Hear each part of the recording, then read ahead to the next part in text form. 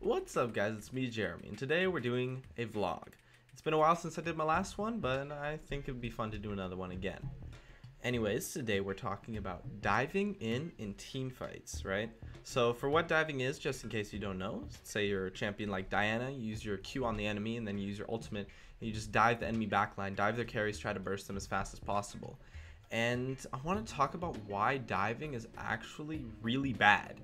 Most of the time, of course. If you have an entire team composition built around diving, like Xinjiao, Jarvan, Diana, you know, just a bunch of people that can dive the backline, then it's okay. It's just okay though. Unless like the enemy carries are just totally squishy, like if there's like a Varus, like an MF, if they have some sort of escape, diving is usually really bad. And the reason for that is because you just get kited so hard. The support champions nowadays can just kite people so damn hard. It's ridiculous. Like Lulu, for example, you just slow people all day, or Leona, you can just CC them. Sona, you can just ult them and the people could just get away. And you only have so many gap closers, and the other carries, they can just use their escapes and then flash away and everything. And there is another situation that I want to mention where diving in is okay, and that's when your carries are actually really weak. Like if the game is even, but your carries have like no gold, then diving in can probably be okay. This entire concept on this video is based on the fact that you're going to get kited. If you can dive in without getting kited, and you know that for a fact, then it can be okay as long as you can get in and kill the carries. But the thing is that most of the time people just dive in because it's fun, I guess, and then they get kited and they just die, and it's terrible, and it loses the team fight for them. So diving in is really just not that good unless you can catch someone out of position, you have a team comp based around it, your people that are diving are really fed, or the opposing carries have no escape, so you can dive them really easily. And so in that sense, diving is very, very situational. And the reason for this is because when you dive in, you get kited, and then when you get kited, you just lose because of the sustained DPS that the AD carry has and the kiting potential that the rest of the team has. A team that tries to dive the enemy carries while the other team kites for their carries, the kiting team will always come out on top.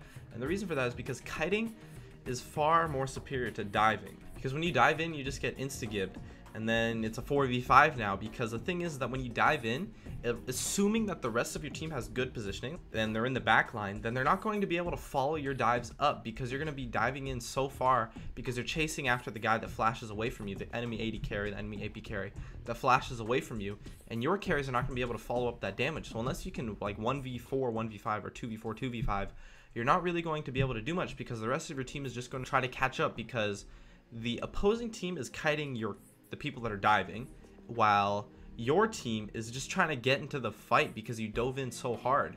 And the thing is that it's so much better to just initiate and then kite the fight back, because when you initiate, you set up that positioning that is needed for your carries and allow them to keep being in range for that respective team fight. And because of this, AP carries should position the same way that AD carries do. The thing is that when the AP carry and the AD carry and one of your tanks is trying to kill the opposing people that are diving, you can just burst them so damn fast, unless you're really far behind, of course. And when you can burst that tank, it gives you so much free reign to dive onto the enemy after that.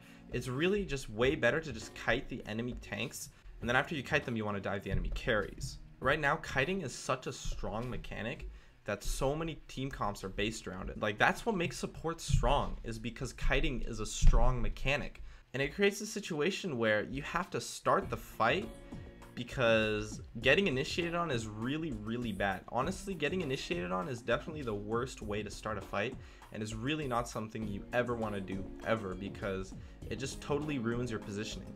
So you need to initiate the fight, but then kite out the enemy, which is kind of a weird concept, which is why most people don't get it. Like, most people will initiate the fight and then just keep diving in, but they'll get kited because the other team's carries will have been out of position when you initiated, which is why you initiated, and then they'll be able to kite your tanks because they're peeling back, and then all of a sudden your tank is 1v5ing.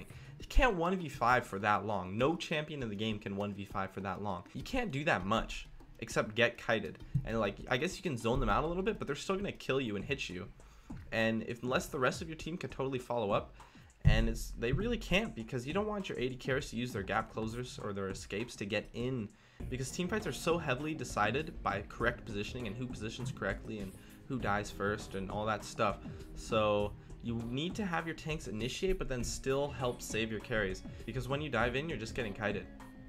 So that's it for this vlog on diving in team fights. I'd love it if you could support me with a like or some feedback in the comments, and if you have any questions, I would absolutely love to see you in the comments too. As always, I'd love it if you could support me by following me on Facebook or Twitter, and please subscribe for more awesome content in the future if you enjoyed this video. Thanks for watching, and I'll see you guys next time.